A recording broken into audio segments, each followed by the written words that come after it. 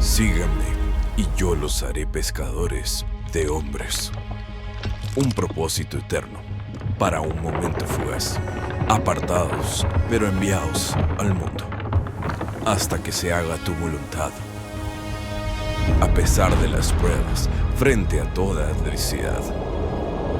Hasta que toda nación haya escuchado el nombre de Jesús. Bienvenidos a Iglesia Secreta, el Evangelio de Mateo.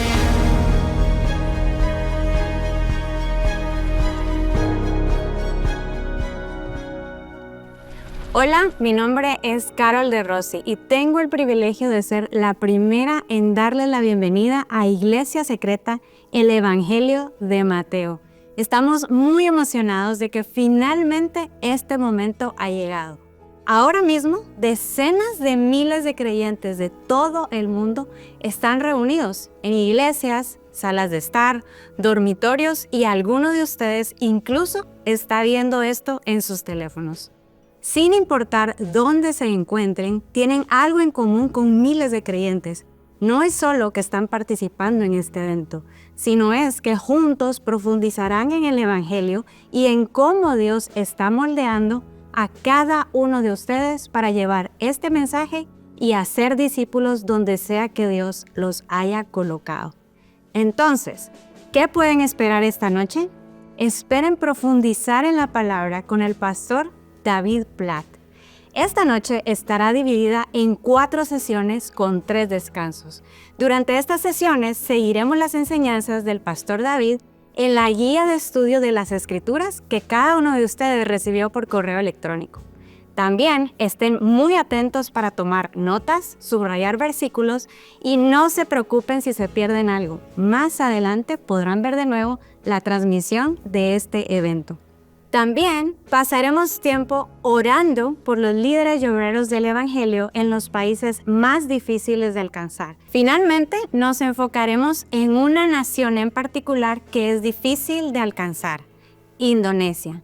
Pero en lugar de contarles al respecto, déjenme mostrarles un breve adelanto de lo que viene.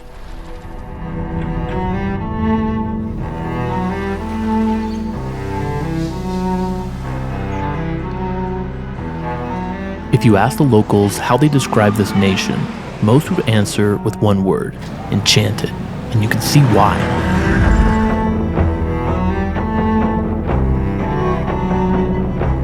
Religion and spirituality are on display everywhere. People here don't push back against religion, they embrace it.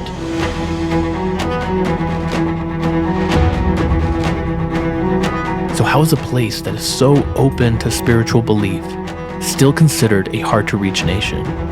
And what needs to change in us for the people of this nation to hear the name of Jesus?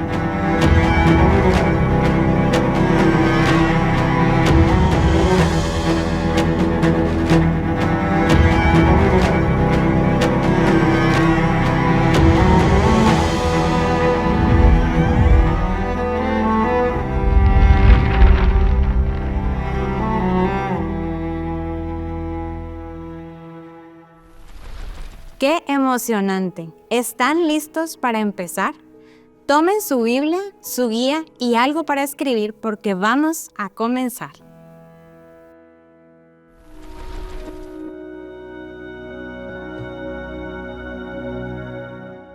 Gracias, Carolina.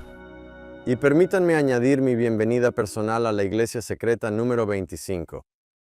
Pero para algunos de ustedes, esta es la primera. Si eres nuevo en Iglesia Secreta, debes saber que esto no es solo un estudio de la Biblia, aunque definitivamente vamos a hacer eso. Nos reunimos en torno a la palabra de Dios y recordamos a nuestros hermanos y hermanas de todo el mundo, que son perseguidos y que tienen que reunirse en secreto. A menudo tarde en la noche durante horas, corriendo un gran riesgo para sus vidas. Viven en lugares donde es difícil, a menudo peligroso, compartir el Evangelio, así que vamos a orar con ellos para la difusión del Evangelio en lugares difíciles y vamos a decir con ellos: Dios usa nuestras vidas y nuestras familias y nuestras iglesias, como tú quieras, para dar a conocer el Evangelio en todo el mundo, cueste lo que cueste, porque tú eres nuestra recompensa. Y el libro de Mateo, en cierto sentido, tal vez más que cualquier otro libro de la Biblia, nos va a dar una imagen de cómo Jesús nos llama a todos a vivir y morir por esto. Así que quiero empezar esta iglesia secreta con un par de preguntas y las verás en tu guía de estudio si aún no lo tienes abierto. Y quiero hacer estas preguntas tan personalmente como pueda, si pudiera, en cierto sentido, mirarte a los ojos. Quiero preguntarte, ¿quieres que tu vida cuente? ¿Y quieres tener una vida significativa? O tal vez lo inverso de esta pregunta es, ¿si quieres desperdiciar tu vida? Y en cuanto hago esa pregunta, asumo que la respuesta es que sí, quieres una vida significativa. Supongo que ninguno de nosotros quiere llegar al final de su vida, y puede ser, aunque sea cualquier día para cualquiera de nosotros. No creo que ese día ninguno de nosotros quiera mirar atrás y decir, desperdicié mi vida, no capté el propósito. Hay un deseo innato en nosotros de querer vivir y experimentar una vida que cuente. Así que la siguiente pregunta es natural. ¿Cómo vivir una vida significativa?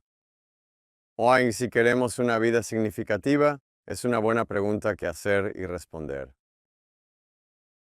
¿Cómo responderías a esta pregunta?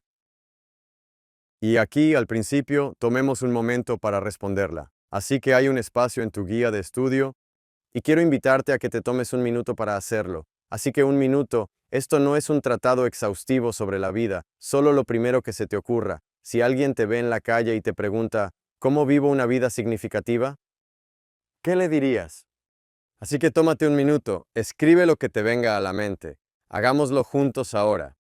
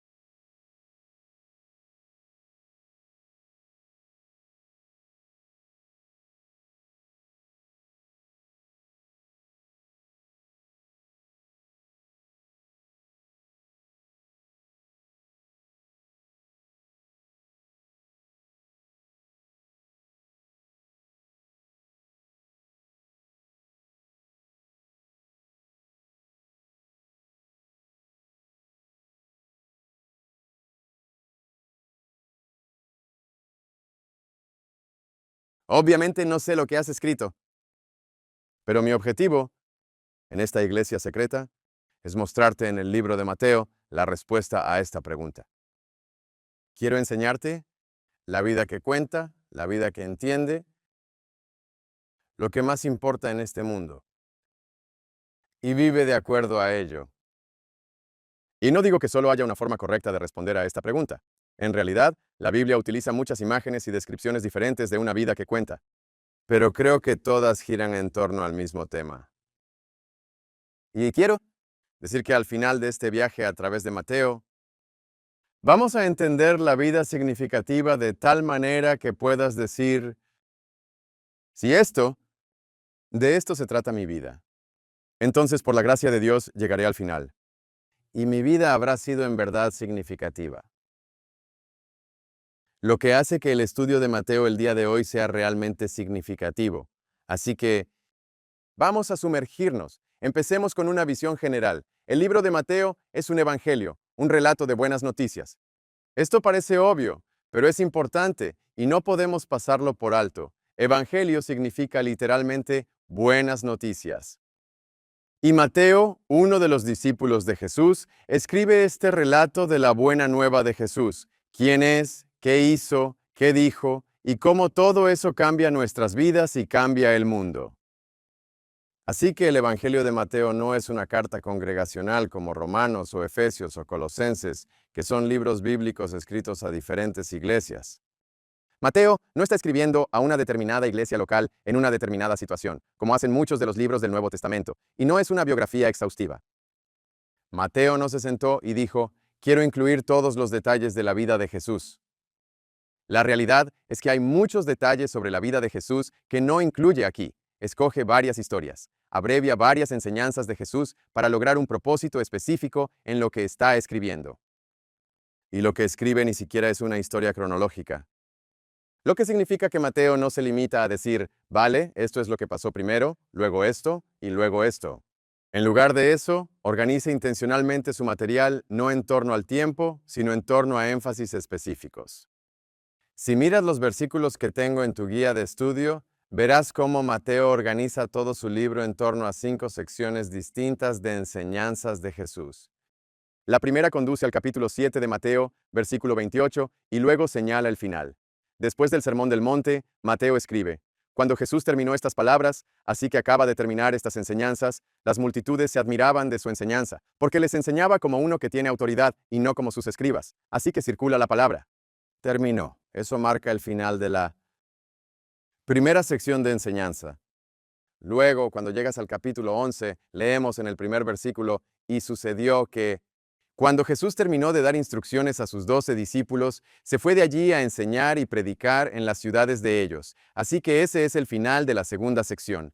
Al final del capítulo 13, Mateo escribe, cuando Jesús terminó estas parábolas, se fue de allí. Ese es el final de la tercera sección de enseñanza. Luego, Mateo capítulo 19, versículo 1 dice, cuando Jesús terminó estas palabras, partió de Galilea y se fue a la región de Judea, al otro lado del Jordán. Ese es el final de la cuarta sección de enseñanza, que luego nos lleva al capítulo 26 de Mateo, versículo 1, cuando Jesús terminó todas estas palabras, dijo a sus discípulos, ustedes saben que dentro de 2 días se celebra la Pascua, y el Hijo del Hombre será entregado para ser crucificado. Ese es el final de la quinta sección de enseñanza, que luego conduce a la crucifixión y resurrección de Jesús.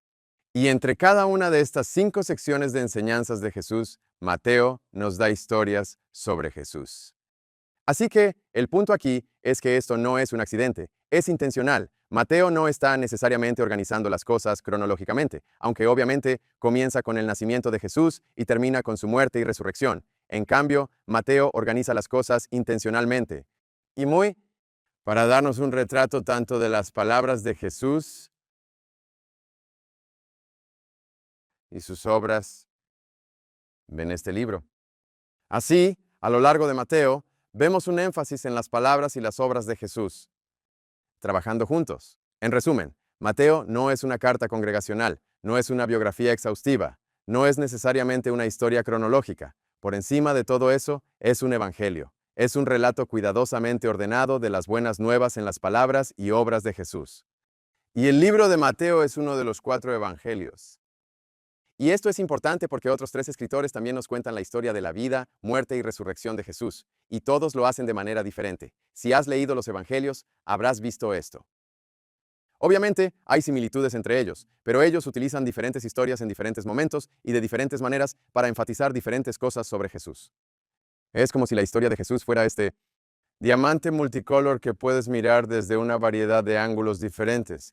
Cada ángulo es único, cada ángulo es glorioso, pero es el mismo diamante. Así que tenemos 4 evangelios, Mateo, Marcos, Lucas y Juan. Cada uno de ellos fue compuesto por un autor diferente que escribió con distintos énfasis y temas, y en algunas situaciones, incluso con distintos públicos en mente. Todos ellos, sin embargo, escritos bajo la inspiración del mismo Espíritu Santo. Y se ven estos énfasis y temas en la audiencia principal a la que Mateo escribía desde el principio. Permítanme mostrárselo. Empecemos a leer esta primera parte de Mateo, y les haré una advertencia. Esta es una de esas partes de la Biblia que solemos saltarnos para poder llegar a lo bueno. Es solo un montón de nombres. Bueno, quiero mostrarte que hay cosas realmente buenas aquí en esta introducción a Jesús. Así que Mateo capítulo 1, versículo 1. Libro de la genealogía de Jesucristo, hijo de David, hijo de Abraham. Abraham fue padre de Isaac. Nota al margen aquí. Recuerden, Isaac fue un bebé milagroso nacido de una madre, Sara, que se sorprendió al saber que iba a tener un hijo. Lo que prepara el escenario para una madre llamada María en Mateo, que también estaba bastante sorprendida por diferentes razones al enterarse de que iba a tener un hijo. Entonces Isaac de Jacob y Jacob de Judá. Guay de sus hermanos. Judá fue padre de Fares y de Sara, cuya madre fue Tamar. Tamar es la primera mujer mencionada aquí. Si recuerdas, Tamar era en realidad la nuera de Judá. El cuadro en Génesis, capítulo 38, ni fue el incesto pecaminoso que llevó al nacimiento de estos dos gemelos, Fares y Zara, así que mantén eso en mente. Fares fue padre de Esrom y Esrom de Aram. Aram fue padre de Aminadab, Aminadab de Nazón y Nazón de Salmón. Salmón fue padre de Booz, cuya madre fue Rahab, segunda mujer mencionada, Rahab, una prostituta, que fue perdonada cuando el pueblo de Dios entró en la tierra prometida. Y entonces Booz fue padre de Obed, cuya madre fue Ruth, tercera mujer mencionada, Ruth, una moabita, o un pueblo conocido por su inmoralidad sexual, en una época excluido de ser contado entre el pueblo de Dios. Y Obed fue padre de Isaí, Isaí fue padre del rey David. Así que no son todas las generaciones del linaje, pero son 14 generaciones, solo recuerden ese número, desde Abraham hasta David el rey. Ahora desde David, y David fue padre de Salomón, cuya madre Betsabé había sido mujer de Urías, la cuarta mujer mencionada. Betsabé, introducida en el linaje real a través del pecado sexual y el asesinato. Salomón fue padre de Roboam, y así comienza la lista de los reyes de Israel hasta el exilio. Roboam de Abías, y Abías de Asa. Asa fue padre de Josafat, Josafat de Joram, y Joram de Usías. Usías fue padre de Jotam, Jotam de Acaz, y Acaz de Ezequías. Ezequías fue padre de Manasés, Manasés de Amón, y Amón de Josías. Josías fue padre de Jeconías y de sus hermanos durante la deportación a Babilonia, como si lo que acabo de leer estuviera repleto de historias del Antiguo Testamento. Para los lectores judíos que conocían el Antiguo Testamento, cada uno de estos nombres despertaba imágenes e historias y emociones. Algunos de estos reyes honraban a Dios, pero la mayoría de ellos eran malvados. Llevaron al pueblo de Dios al pecado y a la idolatría, lo que condujo a la destrucción de Jerusalén y al exilio, la deportación a Babilonia. Y luego de Babilonia, finalmente de vuelta a Jerusalén. Después de la deportación a Babilonia, Jeconías fue padre de Salatiel, y Salatiel de Zorobabel. Zorobabel fue padre de Abiud, Abiud de Eliakim, y Eliakim de Azor. Azor fue padre de Sadoc, Sadoc de Akim, y Akim de Eliud. Eliud fue padre de Eleazar, Eleazar de Matán, y Matán de Jacob. Jacob fue padre de José, el marido de María, de la cual nació Jesús, llamado el Cristo. Amigos, ese es un árbol genealógico torcido. Y este es el árbol genealógico a través del cual Jesús, Dios en la carne, entró en las páginas de la historia humana. Entonces, ¿por qué era importante para Mateo comenzar de esta manera? Bien, empecemos por pensar en las primeras personas que leyeron o escucharon lo que Mateo estaba escribiendo. Antes he mencionado distintos énfasis y temas y en algunos casos públicos. La mayoría de los lectores de Mateo eran gente judía que había puesto su fe en Jesús como el Mesías, es decir, el Rey prometido del Antiguo Testamento, o eran judíos que estaban contemplando creer en Jesús como el Mesías. Es por eso que tenemos esta lista. Y es por eso que, por ejemplo, Marcos no tiene esta lista. Porque Marcos escribe su evangelio con lectores predominantemente gentiles en mente. Por lo tanto, no es tan importante para él mostrar todo este linaje judío que conduce a Jesús, pero para los hombres y mujeres judíos que estaban considerando confiar en Jesús como el Mesías, o que habían confiado en Jesús como el Mesías y estaban perdiendo a sus familias y posesiones y su seguridad a causa de ello, esto era extremadamente importante para su fe. Así que Mateo comienza con todo este linaje judío para empezar a pintar un retrato impresionante de Jesús. Quiero mostrarles 20 retratos de Jesús en estos primeros capítulos de Mateo y podríamos dedicar mucho tiempo a cada una de ellos, pero por razones de tiempo vamos a repasarlas para que puedan ver la obra maestra que Mateo está pintando. Y vemos 4 de estos retratos en este primer versículo. Así que Mateo capítulo 1, versículo 1, libro de la genealogía de Jesucristo. Empezaremos por ahí. Primer retrato, Jesús es el Salvador. Eso es lo que significa el nombre Jesús. Es la forma griega del nombre Joshua o Yeshua, que significa Yahweh. o el Señor es salvación. Eso es lo que significa su propio nombre, Dios salva. Cuando miras el versículo 21, el ángel le dice a José, dará a luz un hijo y le pondrás por nombre Jesús, porque él salvará a su pueblo de sus pecados. El Señor salvará a través de Jesús. Ese es su nombre. ¿Recuerdas a Josué? Fue el líder designado por Dios para llevar a su pueblo a la tierra prometida. Ahora Jesús es el líder designado por Dios para llevar a las personas pecadoras a la vida eterna. Así que este es el libro de la genealogía de Jesús. Jesucristo. Cristo no es su apellido. Cristo significa Mesías o ungido. Así que el siguiente retrato que Mateo nos da de Jesús es la del Mesías. El Antiguo Testamento está lleno de promesas de la llegada de un ungido, un Mesías, que liberaría al pueblo de Dios. Y Mateo dice, este es. Está aquí, el que esperábamos. Jesucristo, el Salvador, el Mesías. Luego volvemos al versículo 1, el Hijo de David. Jesús es el Hijo de David. ¿Sabes qué es interesante? Cuando miras la genealogía que leímos, que por cierto, nota al margen, estaba leyendo todos esos nombres. Cada vez que alguien te pida que leas un pasaje en voz alta y tenga un montón de nombres como ese, solo acéptalo. Solo lee todos esos nombres como sí. Crees que sabes exactamente cómo se pronuncian. Nadie más en la sala sabe cómo se pronuncian en realidad. Así que hazlo. De todos modos, solo una pequeña nota al margen. Cuando miras esa genealogía, no está completa, lo que significa que no todos los descendientes del árbol genealógico están incluidos. En algunos casos, se saltan generaciones enteras. Pero Mateo, de nuevo, organiza intencionalmente esta genealogía y lo hace en grupos de 14. Recuerden, cuando mencioné, concéntrate en esto, mira el versículo 17.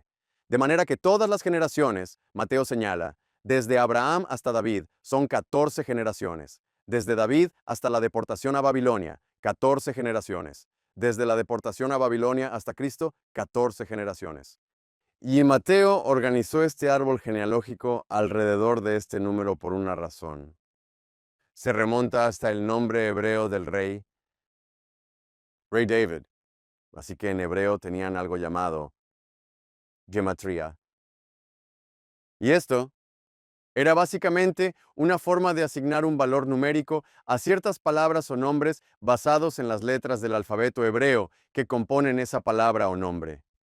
Así, por ejemplo, basado en las letras hebreas que componen tu nombre, habría un número asociado a tu nombre. Y según el sistema de la gematría, nunca adivinarás cuál era el número asociado a David. Era 14. Mateo está siendo muy intencional para mostrarnos cómo Jesús está conectado con el rey David. Y lo hace, de nuevo, porque su audiencia es predominantemente judía con una profunda reverencia por el rey David. Y con referencia a tantos versículos a lo largo del Antiguo Testamento que prometían que el Mesías vendría del linaje de David, pongo solo algunos de ellos en sus guías de estudio, entre paréntesis por si quieren buscarlos. Mateo dice que Jesús es el Salvador y el Mesías. Él es el prometido del linaje de David, y no solo de David, Él es el hijo de Abraham. Jesús es el hijo de Abraham, que es el padre del pueblo judío. Así que esto nos lleva todo el camino de regreso a Génesis capítulo 12, versículo 1. Y el Señor dijo a Abraham, vete de tu tierra, de entre tus parientes y de la casa de tu padre, a la tierra que yo te mostraré. Haré de ti una nación grande, y te bendeciré, engrandeceré tu nombre, y serás bendición. Bendeciré a los que te bendigan, y al que te maldiga, maldeciré. En ti serán benditas todas las familias de la tierra. He aquí la promesa. A través de Abraham, Dios formará el pueblo del pacto. Haré de ti una gran nación. Y Dios les dará una herencia prometida en la tierra. Te bendeciré. Te bendeciré. Os daré una tierra que os mostraré y que sería conocida como la tierra prometida en el Antiguo Testamento. Dios los formará como su pueblo en su tierra para su propósito. Dios los usará para lograr un propósito global. Serán una bendición para todas las familias de la tierra. Y esta promesa se reitera en Génesis 15 y luego en Génesis 17, donde Dios le dice a Abraham, te haré fecundo en gran manera y de ti haré naciones. Y mira esto, de ti saldrán reyes. ¿Escuchaste eso? A través del linaje de Abraham, Dios dice que enviará un rey. Llega hasta el versículo 15 y 16 y Dios le dice a Sara, la esposa de Abraham, a Sarai, tu mujer, no la llamarás Sarai, sino que Sara será su nombre, la bendeciré y de cierto te daré un hijo por medio de ella. La bendeciré y será madre de naciones. Reyes de pueblos vendrán de ella. Dios enviará un rey a través del linaje de Abraham y un día su reino se expandirá a todos los grupos de personas. Saltamos al capítulo 49 del Génesis, versículos 9 al 10, y vemos que Judá, a quien también vimos mencionado en la genealogía de Mateo, Génesis 49, 9 y 10, dice, el cetro no se apartará de Judá, ni la vara de gobernante de entre sus pies, hasta que venga Silo, y a él sea dada la obediencia de los pueblos. Dios dice a Abraham y a sus hijos en el Génesis, el primer libro de la Biblia, estoy formando un pueblo del pacto para cumplir un propósito global y voy a enviar un rey, un gobernante, un cetro a través de tus hijos, los hijos de Judá, ante quien todos los pueblos se inclinarán y obedecerán un día. Y ahora, en el primer libro del Nuevo Testamento, Mateo grita, el rey está aquí. Esto es parte de lo que me encanta de la Biblia, cómo se conecta todo, todos estos escritores diferentes, en todos estos tiempos diferentes, con un Espíritu Santo divino, orquestando un guión que se conecta de maneras que ninguno de estos escritores podría haber imaginado. Pero la conclusión es clara, nada en la historia es accidental. Nada. Todo sucede por una razón. Cada detalle del Antiguo Testamento, desde el principio, está apuntando a un rey que vendría un día, y Mateo está diciendo, Jesucristo, el Hijo de David, el Hijo de Abraham, está en el centro de todo. Ese es el quinto retrato que quiero que veas de Jesús. Él es el centro de toda la historia. Tú no estás en el centro de la historia. Yo no estoy en el centro de la historia. Nuestra generación no está en el centro de la historia. Para aquellos de ustedes que viven en mi país, los Estados Unidos de América no están en el centro de la historia. Para los que viven en otros países, su país tampoco está en el centro de la historia. A lo largo de la historia, miles de millones de personas han venido y miles de millones se han ido. Han venido imperios y se han ido imperios. Países, naciones, reyes, reinas, presidentes, dictadores y gobernantes han ido y venido. En el centro de todo está una persona, Jesús el Cristo. Todo en la historia se centra específica e intencionalmente en Él, y de eso trata toda esta genealogía.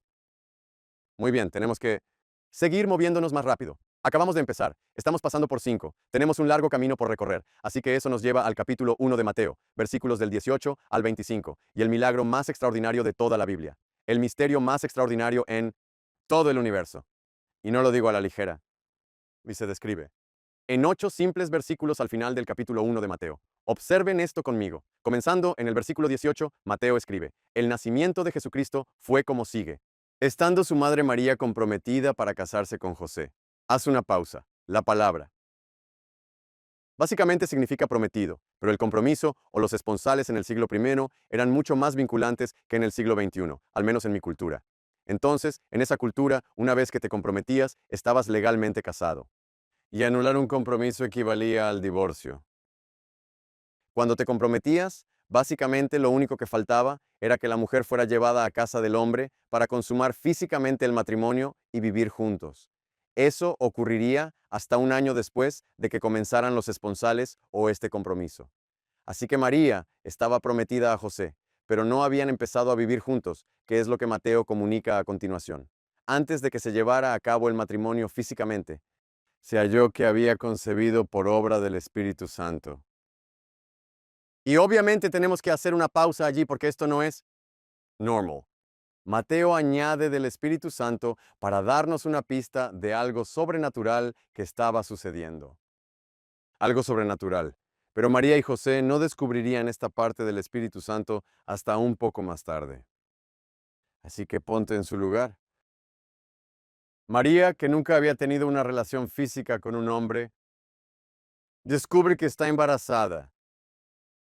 Solo piensa en todos los pensamientos y emociones, la confusión y preocupación que pasarían por tu mente.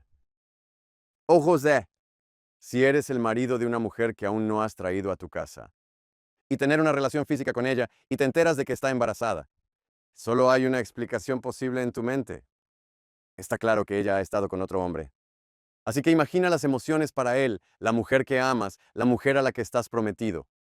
aparece embarazada por lo que sabes de otro hombre, justo antes de que estés a punto de llevarla a tu casa.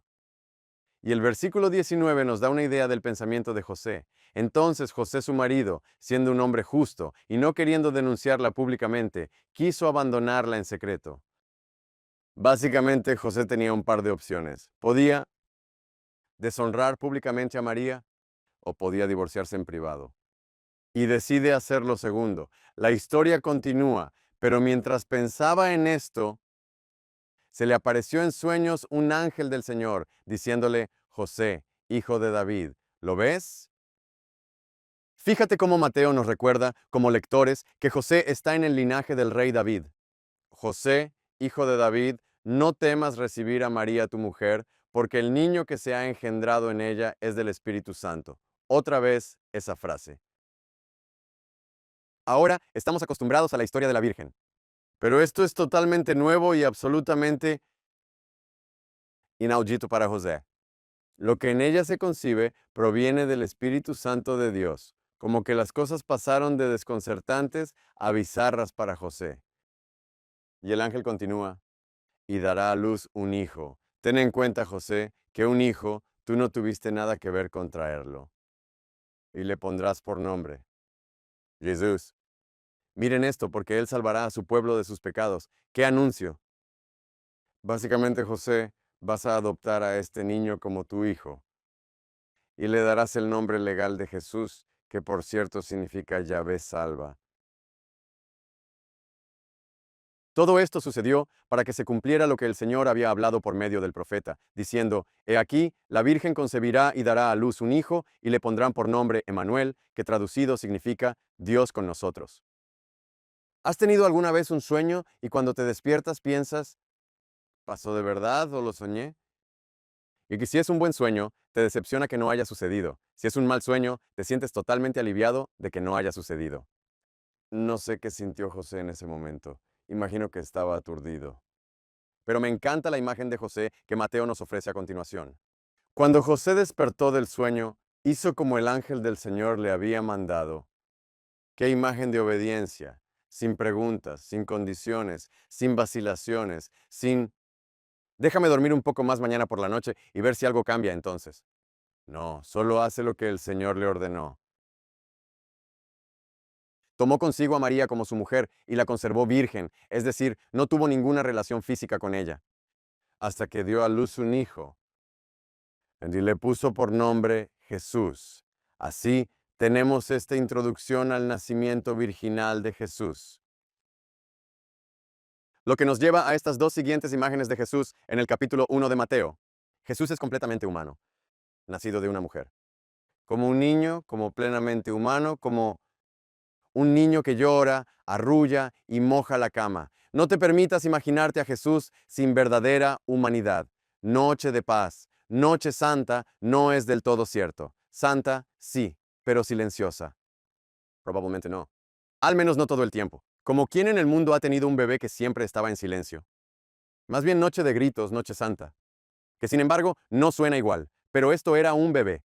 Pienso en las horas que Heather y yo y otros padres hemos pasado en mitad de la noche sosteniendo a niños que lloraban, caminando de un lado a otro, rebotando arriba y abajo, meciéndolos aquí y allá, intentando calmarlos. Así que perdóname, pero no me creo la idea de que todos durmieron tranquilos esa noche. Ningún padre recuerda esas primeras noches y dice: hombre, las cosas estaban tan tranquilas. Más aún cuando una vaca muge en cuanto el bebé empieza a dormirse a cada momento. Jesús no nació con un halo resplandeciente alrededor de la cabeza. Nació como nosotros, plenamente humano, plenamente capaz de identificarse con nosotros, física, mental y emocionalmente. Jesús es plenamente humano como nosotros, y al mismo tiempo Jesús es plenamente divino. Vean su humanidad y su deidad en el nacimiento virginal. Jesús no tuvo un padre humano como nosotros. Y fíjate cómo Mateo nunca se refiere explícitamente a José como el padre de Jesús. Incluso en la genealogía, tenías a esta persona como padre de esa persona, a esta persona como padre de esa persona, y así sucesivamente hasta que llegas al versículo 16 y dice: Jacob fue padre de José, el marido de María, de la cual nació Jesús, llamado el Cristo. Y esta imagen del nacimiento virginal de Jesús nos introduce a la encarnación. Esta es una palabra que Describe la doctrina de la plena humanidad y la plena deidad de Jesús, que es posiblemente el milagro más extraordinario de toda la Biblia.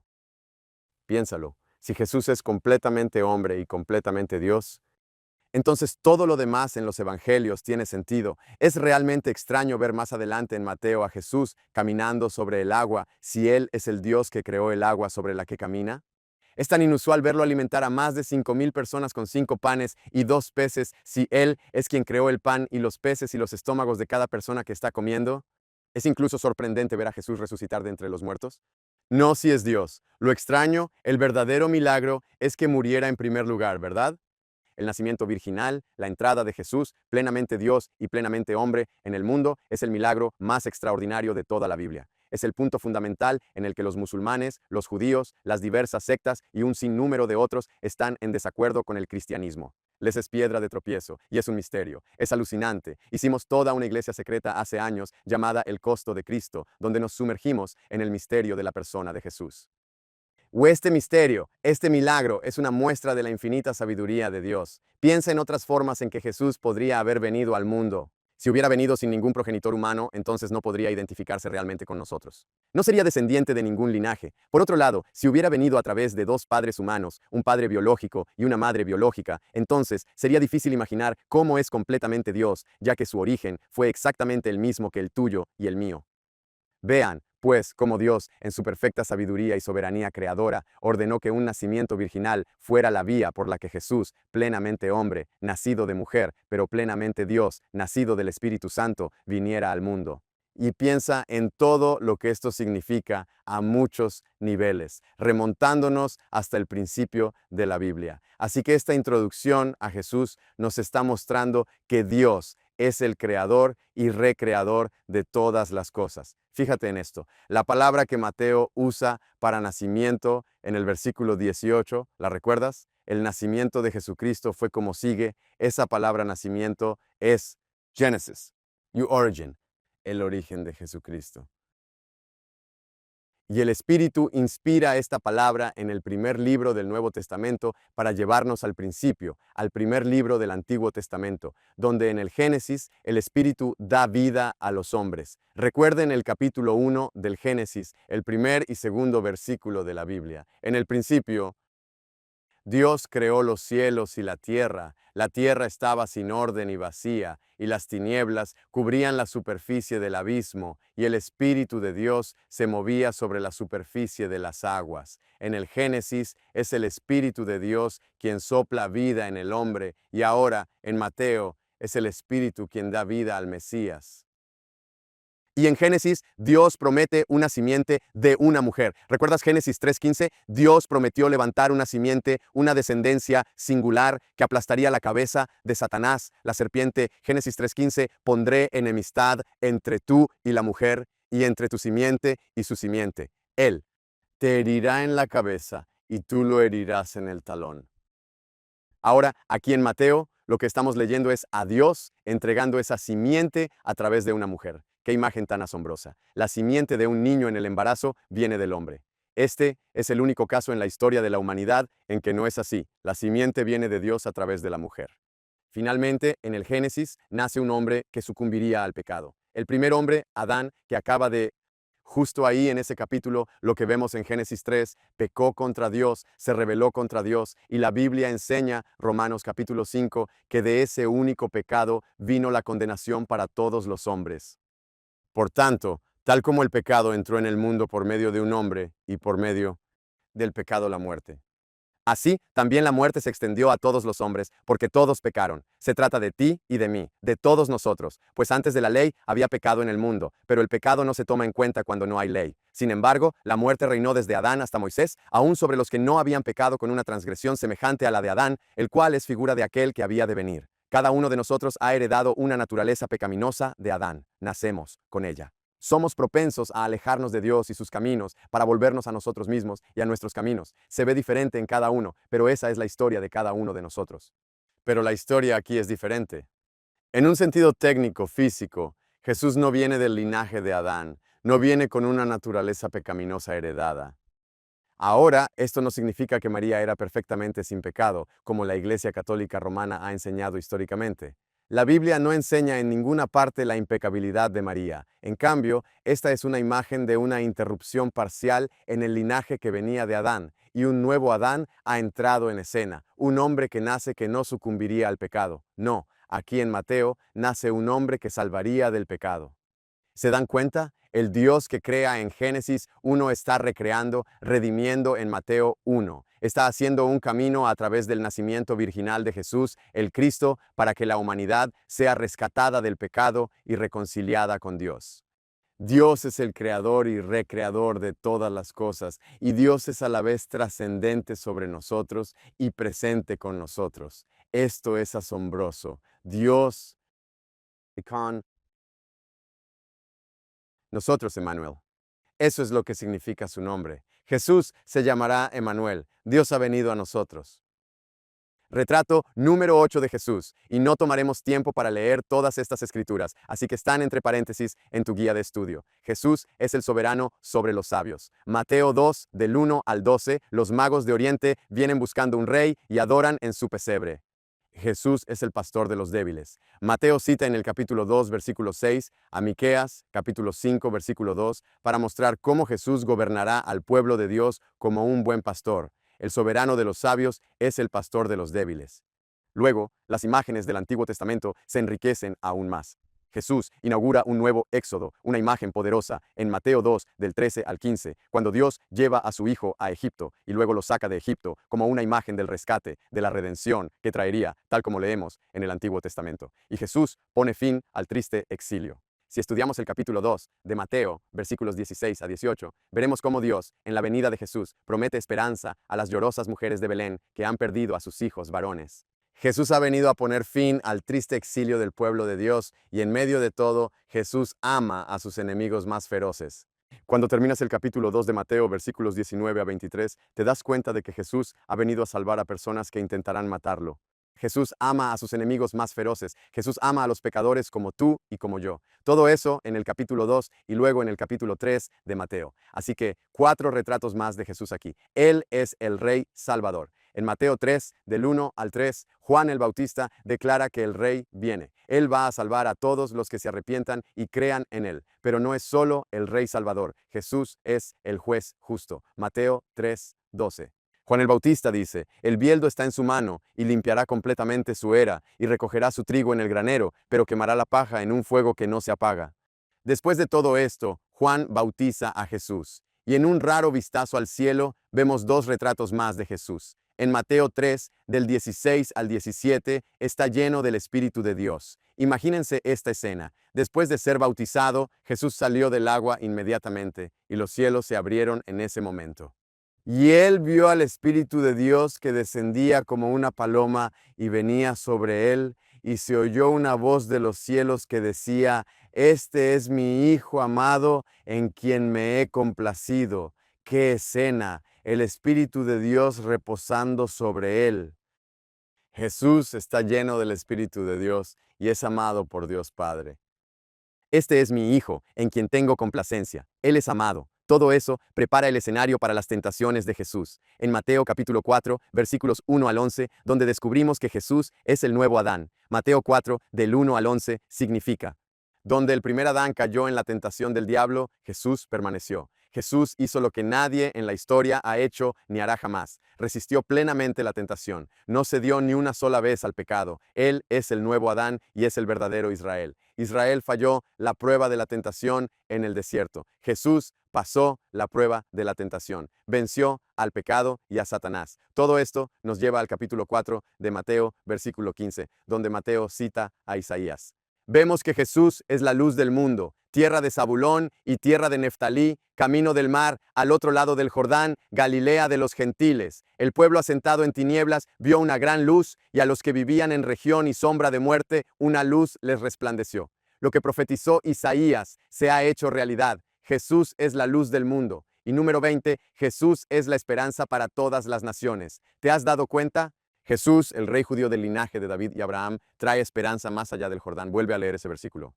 A Galilea de los gentiles. Jesús es la esperanza para todas las naciones, todos los pueblos. Así que ahí están, 20 retratos de Jesús al comienzo de este libro, que nos llevan a Mateo 4:18, y aquí es donde vamos a empezar a cerrar esta primera sesión. Fíjense en este pasaje. Andando Jesús junto al mar de Galilea, vio a dos hermanos, Simón, llamado Pedro, y Andrés su hermano, echando una red al mar, porque eran pescadores. Y les dijo: vengan en pos de mí, y yo los haré pescadores de hombres. Entonces ellos, dejando al instante las redes, lo siguieron.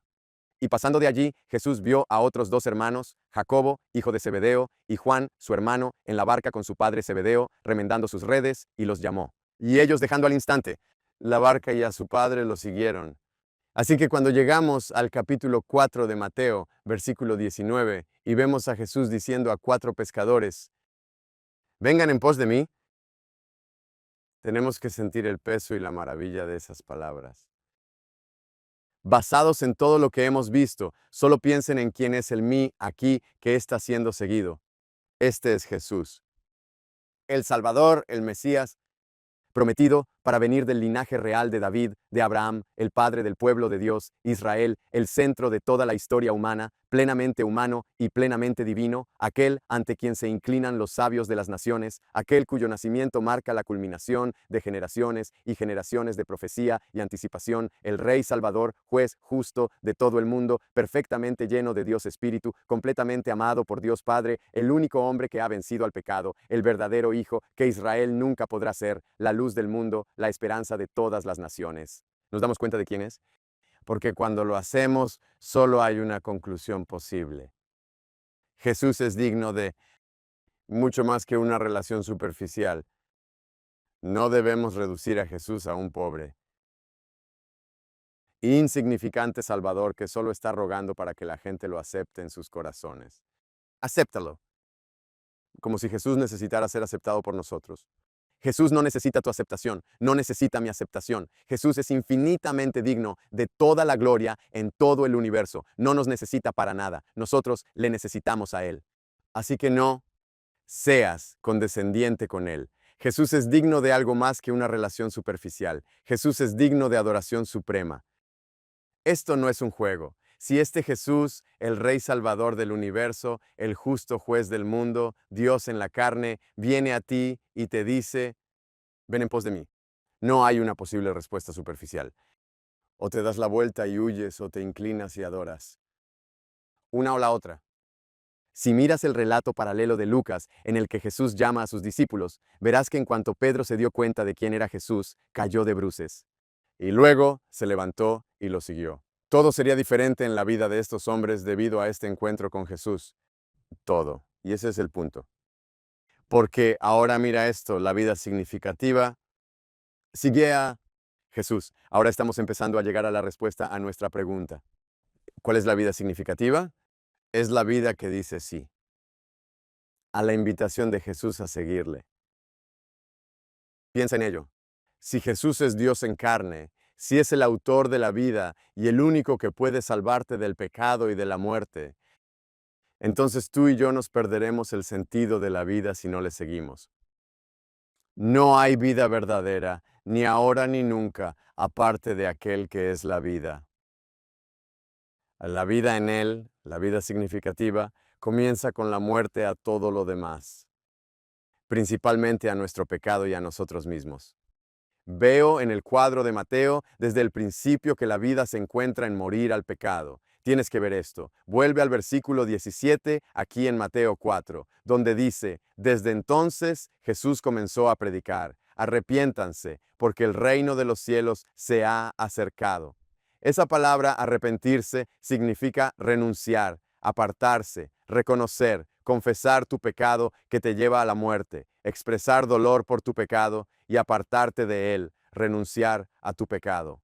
La vida se encuentra en morir al pecado y la vida se encuentra al morir a ti mismo. Piensa en todos estos discípulos que estamos dejando atrás en este momento, en este pasaje. Hagamos una lista. Estaban dejando atrás su comodidad. Estos chicos estaban dejando atrás todo lo que les era familiar en este momento. Todo lo que era natural para ellos, dejando la comodidad por la incertidumbre. Noten que Jesús no les dijo a dónde iban, solo les dijo con quién estarían. Eso es enorme. Los seguidores de Jesús no siempre saben a dónde van, siempre saben con quién están dejando atrás sus comodidades, dejan atrás sus carreras. Esto fue un abandono de profesión para estos chicos, al menos temporalmente. Ahora, vamos a volver a cómo todo esto se aplica a nosotros, pero solo ponte en su lugar por un minuto. Dejaron atrás sus posesiones, echaron las redes. Obviamente no eran la élite económica de su sociedad, pero el hecho de que tuvieran una barca, de que su oficio de pescadores fuera exitoso, demuestra que estos hombres tenían mucho que perder al seguir a Jesús. Más tarde descubrimos que probablemente seguían teniendo una barca y otras cosas, pero la realidad es que en ese momento seguían a Jesús sin nada en sus manos. Sus posesiones, su posición, esto es grande.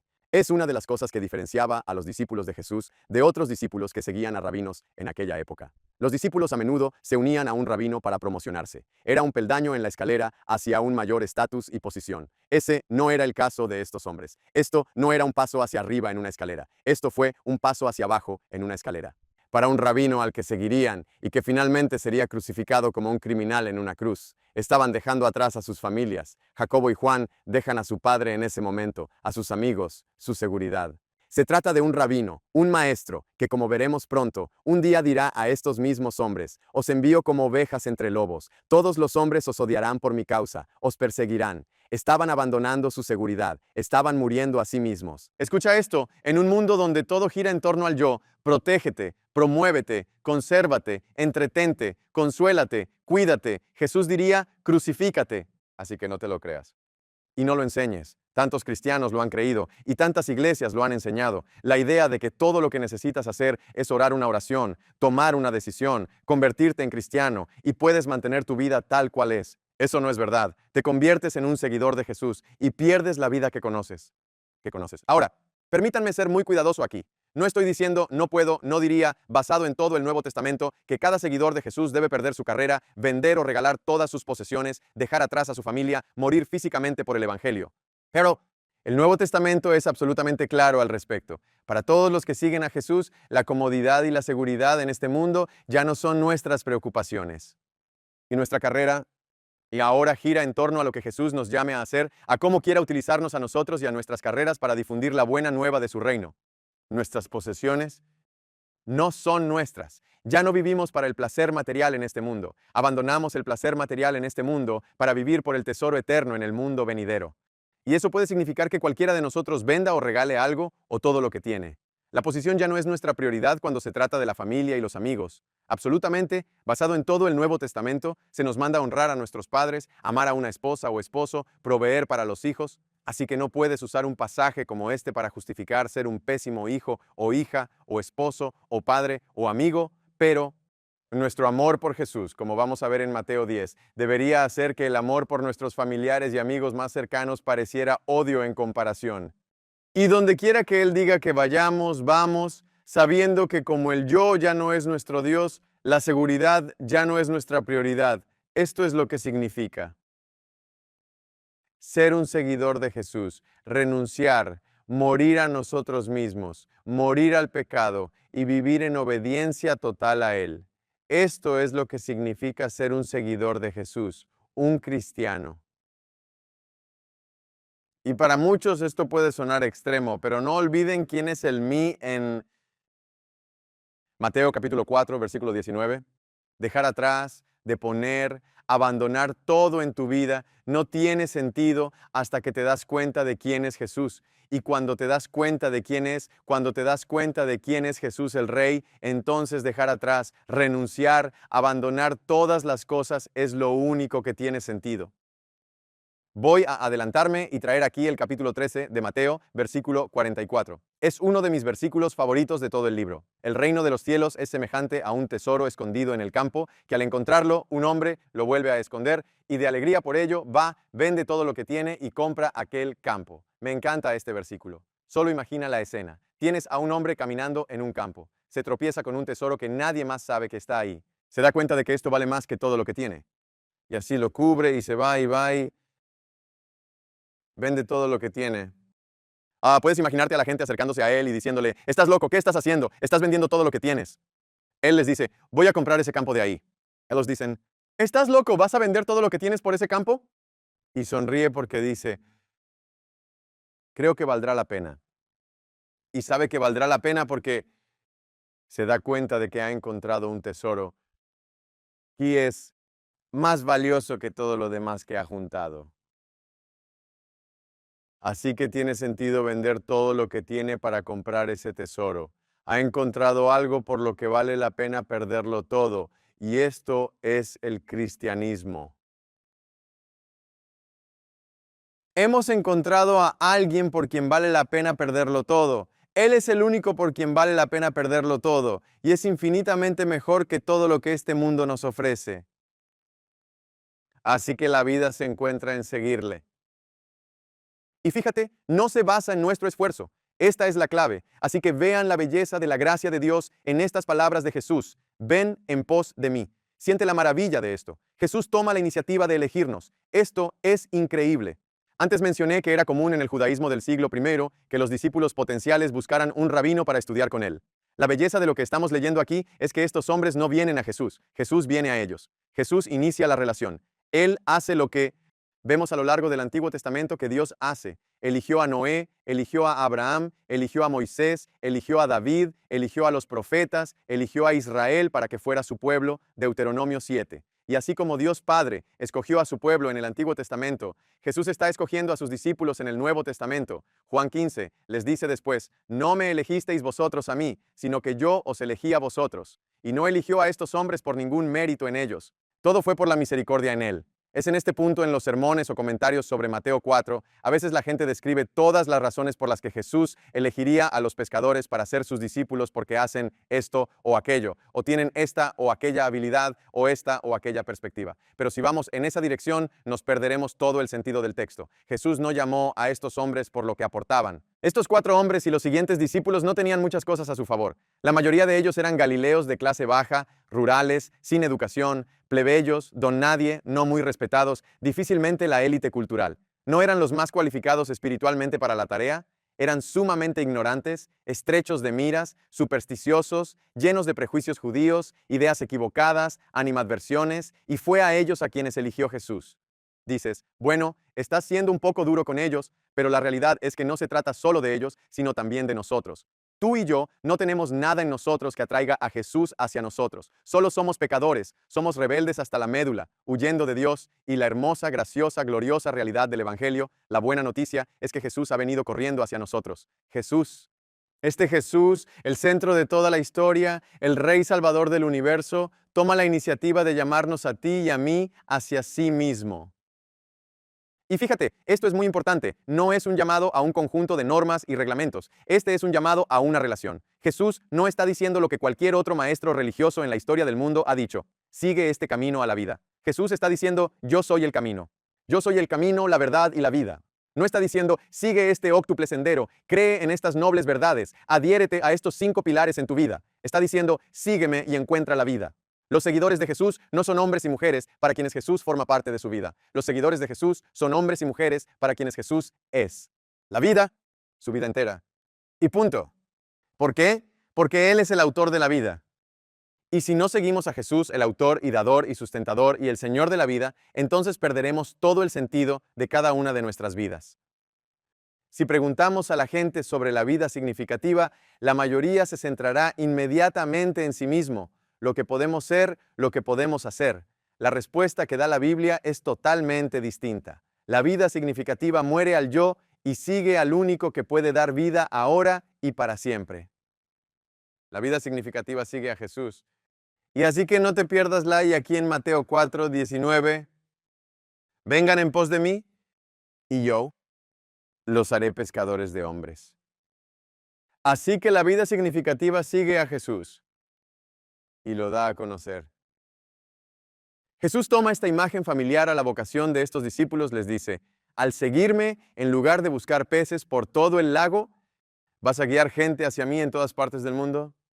Y eso no era el número 100 en una lista de 101 cosas que estos seguidores de Jesús harían. Estaba en la cima. Y tiene sentido, ¿no? Y quizá una ilustración le ayude. Imagina que tienes cáncer y descubres la cura. Entonces, ¿cómo se vive significativamente? Bueno, lo primero y más importante, tomarías la cura, ¿verdad? Vivirías libre de cáncer. Después, seguramente no te guardarías esa cura para ti. Harías todo lo posible para conseguir la cura del cáncer, para que otros puedan vivir también y dedicas tu vida a eso. ¿No estás perdiendo el sentido de tu vida si eliges menos que eso? Imagina que llegas al final de tu vida. y hubieras seguido viviendo con cáncer o guardado la cura del cáncer para ti mismo? ¿No te darías cuenta que has desperdiciado tu vida?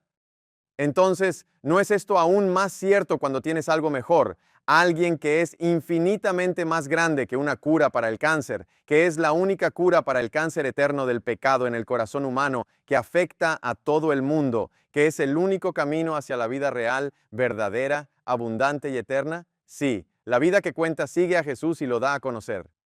Y no te pierdas esto, Jesús nos convierte en esto.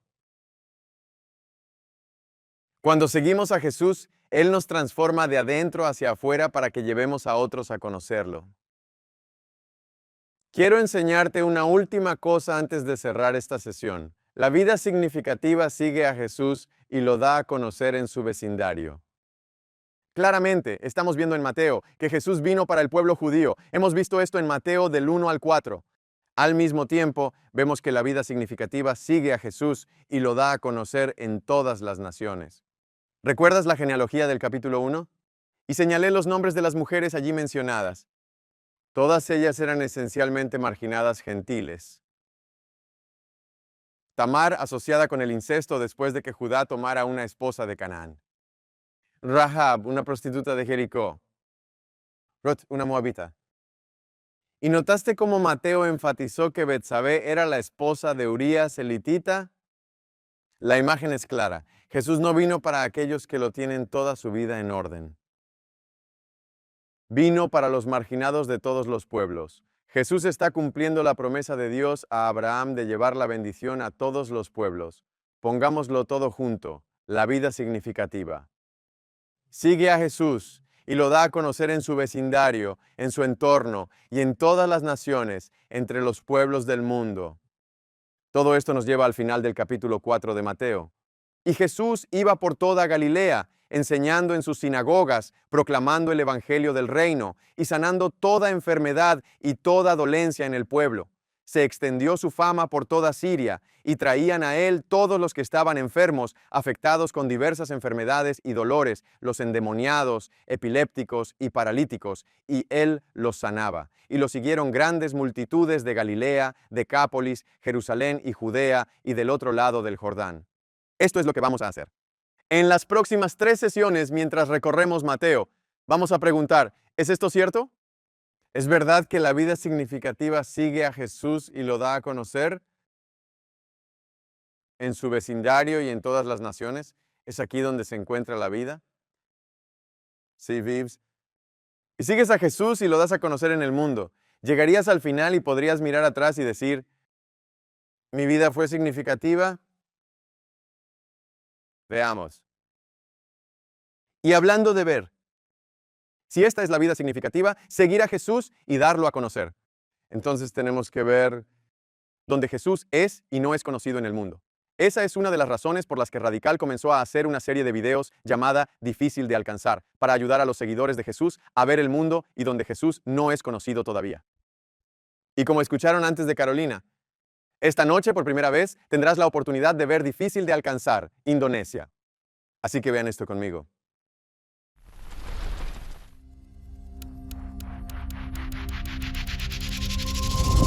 There are some countries where a lot of people identify as Christian, and there are some where the majority are Muslim. Some where Islam is more cultural than devout. And others where people live under Sharia law. There are some countries where people's lives are deeply rooted in animism and mysticism. And others where some people are so remote that they are still completely unreached by the gospel.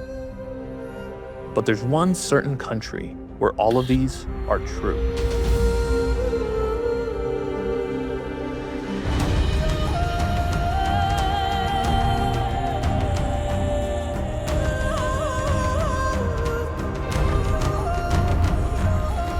You might be wondering, how is that even possible? How can one country be a land of mosques and churches, of imams and missionaries, of devotion and nominalism, of materialism and mysticism?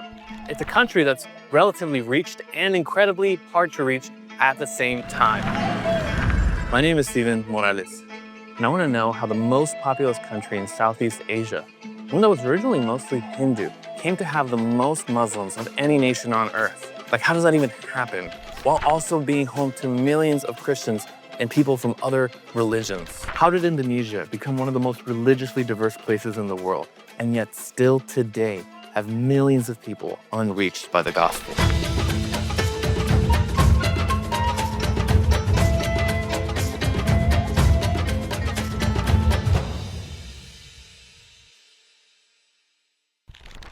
I'm in Jakarta, with a metro area home to 30 million people. It's a massive city in a massive country. And I didn't realize this before I got here, but Indonesia is the 4th most populous country in the world, right after India, China, and the US. And if you want to get an idea of how big this city is, you just have to take a look at this mosque. This is Istiqlal, the Independence Mosque. It's one of the largest mosques in the world. It's 5 levels high with a complex that can hold at least 120,000 people. It was finished in 1978, during a time when the number of Indonesians identifying as Muslim was rising. And just in the last century, the number of Muslims in Indonesia has doubled. Earlier this year, one study reported that Pakistan has now surpassed Indonesia as the nation with the highest number of Muslims. But for years, Indonesia held the title as the most Muslim nation on earth. So when you step out of a massive mosque like this, if you wouldn't imagine that literally across the street, you would find a Catholic church, and just 10 minutes away, this. The Messiah Cathedral. It's home to a Protestant megachurch called the Reformed Evangelical Church of Jakarta. It's got the 5 solas of the Reformation spelled out all the way around the building. And this is where we begin to see the strange dichotomy. While Indonesia has a huge number of Muslims, it also has the 2nd largest number of Christians in Southeast Asia. That's nearly 30 million people. To put that into perspective, there are more self-identified Christians in Indonesia than there are people in the whole country of Australia. But how does this all work? I mean, you don't see Protestant megachurches in Iran or Afghanistan, but that's kind of the point. Indonesia isn't like a lot of other predominantly Muslim countries. It's kind of its own world. But in order to understand the religious landscape of Indonesia, we have to start with the country's physical landscape. Indonesia is a massive archipelago. The nation of Indonesia is actually a vast chain of 17,000 islands, with nearly 280 million people inhabiting an estimated 6,000 of them. The islands straddle the equator, putting Indonesia in both the northern and southern hemispheres. About half the population lives on the island of Java. It's not the biggest island in the country, but it's definitely the most populated. It averages 2,600 people per square mile, making it one of the most densely populated places in the world. Meanwhile, Indonesia also has islands with no people or very few, and some of those populations remain really remote. There are cultures within cultures here, making it one of the most diverse countries in the world. So what does this mean for Indonesia's religious landscape? Well, let's hop on over to a little island you've probably heard of before.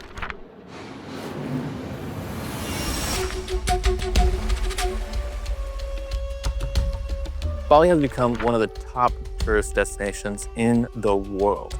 And this is what you'll see on Instagram. White sand beaches, turquoise water, the wildlife. But Bali is also an extremely religious place, just not Muslim or Christian. This is the Uluwatu Beratan Temple. It's one of over 20,000 Hindu temples in Bali alone. And for centuries, Bali has been known as the island of the gods. But wait, I thought we were talking about Islam and Christianity. Well, we were, but this is Indonesia.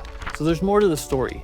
And Bali takes us back even further into Indonesia's religious past. Before Islam or Christianity arrived, Indonesia was a Hindu kingdom. But even before that, Indonesians practiced forms of animism and indigenous religions. Those practices remain woven into the religious fabric of the country as Hindu and also Buddhist influence spread. By the 14th century, a new religion was on the horizon. Muslim traders arrived on the shores of Indonesia from other parts of Asia, and the long march of Islam began across the coastlands. When Muslim rulers began seeking control of some regions by force, some Hindus fled to the island of Bali as a safe haven. And today, Despite the widespread growth of Islam in the entire country, the island of Bali remains 87% Hindu.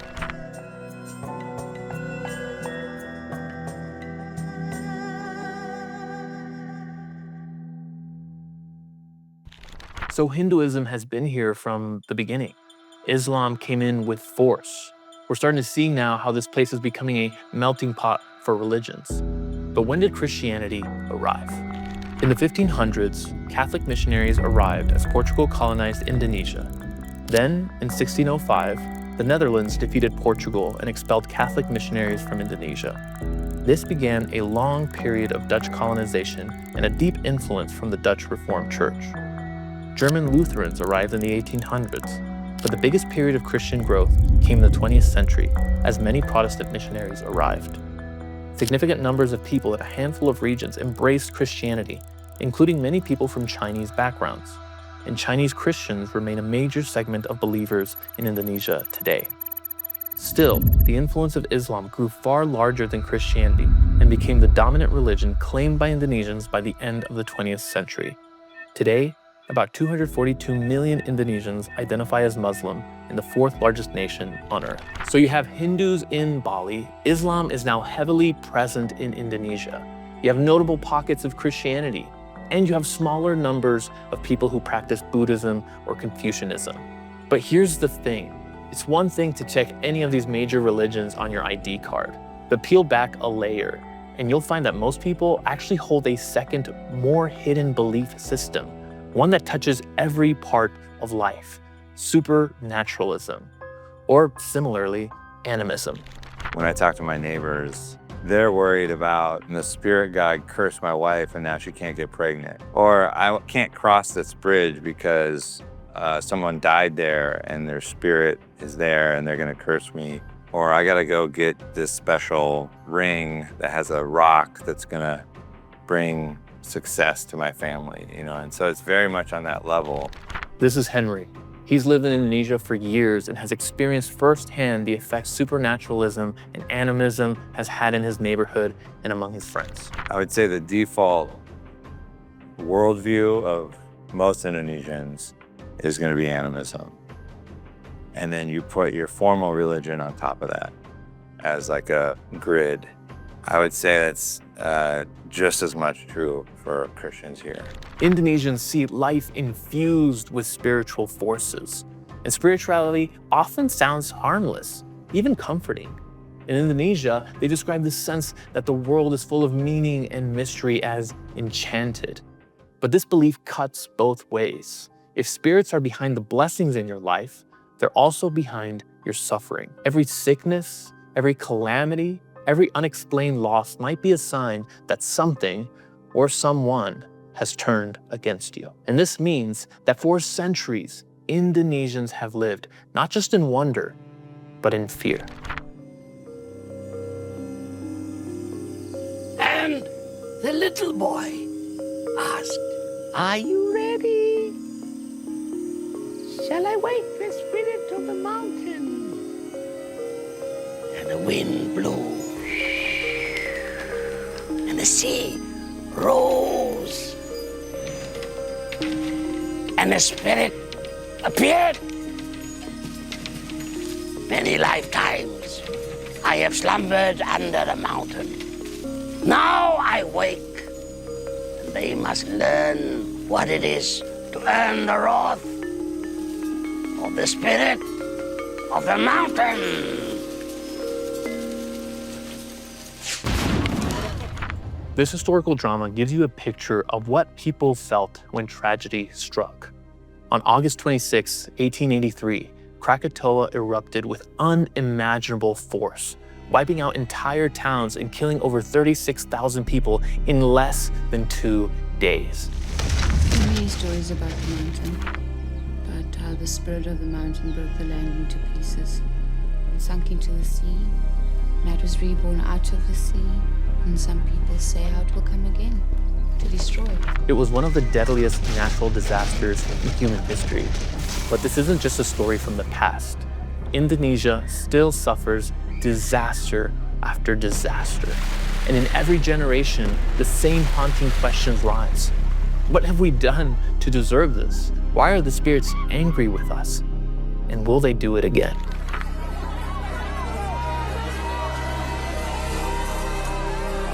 A powerful earthquake struck off Indonesia's western coast in 2004, sending ocean waters surging toward more than a dozen countries, since a massive tsunami swept ashore, killing more than 220,000 people.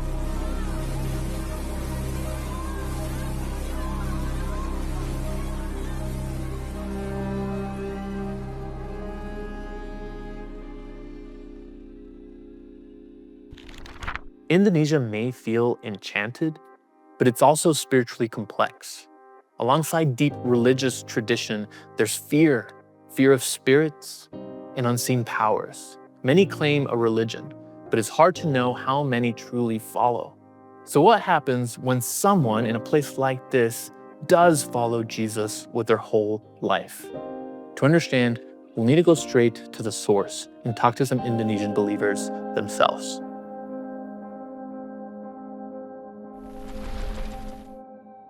Estoy deseando que veamos las siguientes partes de esta historia en Indonesia.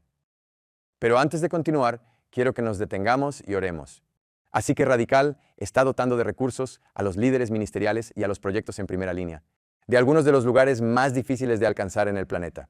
Y quiero transmitirles esta noche lo que escuchamos de estos hermanos y hermanas con respecto a cómo podemos orar por ellos y llevarnos a orar en consecuencia. Así que en el sudeste asiático ya hemos empezado a ver cómo hay una gran necesidad de que las buenas nuevas de Jesús se extiendan, de que se planten iglesias bíblicas sanas, donde hay pocas o ninguna iglesia y muchos otros. Dioses son adorados y por la gracia de Dios estamos dotando de recursos a una red de iglesias locales que están levantando una nueva generación de hermanos y hermanas indonesios que están entregando sus vidas a este trabajo. Hace unos meses estuve en Indonesia y me animó mucho ver a la iglesia, en particular a la nueva generación de la iglesia en Indonesia, diciendo: vamos a entregar nuestras vidas a difundir el Evangelio donde no ha llegado en nuestro país y en toda Asia. Y en esta red que Radical está dotando de recursos, han establecido un centro de formación para movilizar y equipar a más y más personas para ir a los lugares en Indonesia y más allá de Indonesia donde el Evangelio no ha llegado. Así que durante los próximos minutos, quiero pedirles que enfoquemos nuestra oración a la luz de 2 de Tesalonicenses capítulo 3, versículo 1. Pablo escribe en ese versículo: finalmente, hermanos, oren por nosotros para que la palabra del Señor se extienda rápidamente y sea glorificada. Esa es una gran oración. Así que oremos eso. Vamos a poner puntos de oración más específicos en la pantalla, pero quiero animarles a que mantengan este versículo al frente de sus oraciones. Por la palabra de Dios, lo que estamos viendo esta noche se extienda en lugares donde no ha ido y que sea honrada por la gente en esos lugares. Así que te invito a que te unas a 1, 2 o 3 personas más a tu alrededor, como te sientas. Mejor en un grupo pequeño, y ora según te guíe el Espíritu de Dios, y esperemos que estos puntos de oración te ayuden. Oren por Indonesia, y luego, si el Señor te guía a orar por otras naciones y pueblos específicos que no han sido alcanzados por el Evangelio, por favor, déjate llevar. Pero todos juntos ahora mismo vengamos ante el Señor e intercedamos por las naciones para que la palabra del Señor se extienda y sea glorificada entre ellas.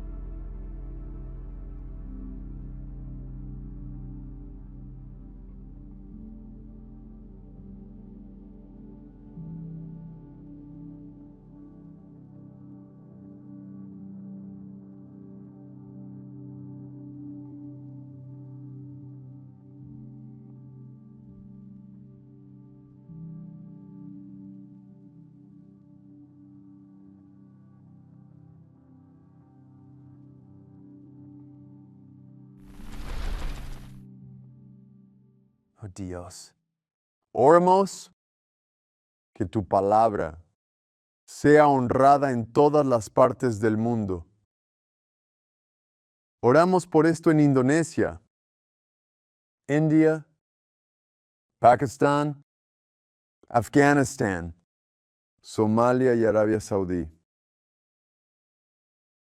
En todas las naciones, oh Dios, necesitan tu palabra, necesitan la verdad sobre Jesús, el amor de Jesús. Así que oramos por valentía. En tu iglesia, para cada uno de tus hijos, que cada uno de nosotros proclame, comparta el Evangelio, la buena nueva de Jesús con los demás. Oramos para que iglesias sean plantadas y que sean saludables, y para que los líderes de las iglesias se parezcan a Jesús y amén como Jesús. Oramos por un despertar misionero en tu iglesia. Dios, despiértanos para seguirte a ti, Jesús, con todo nuestro corazón y para darte a conocer en todo el mundo. Oramos para que nos des éxito mientras lo hacemos.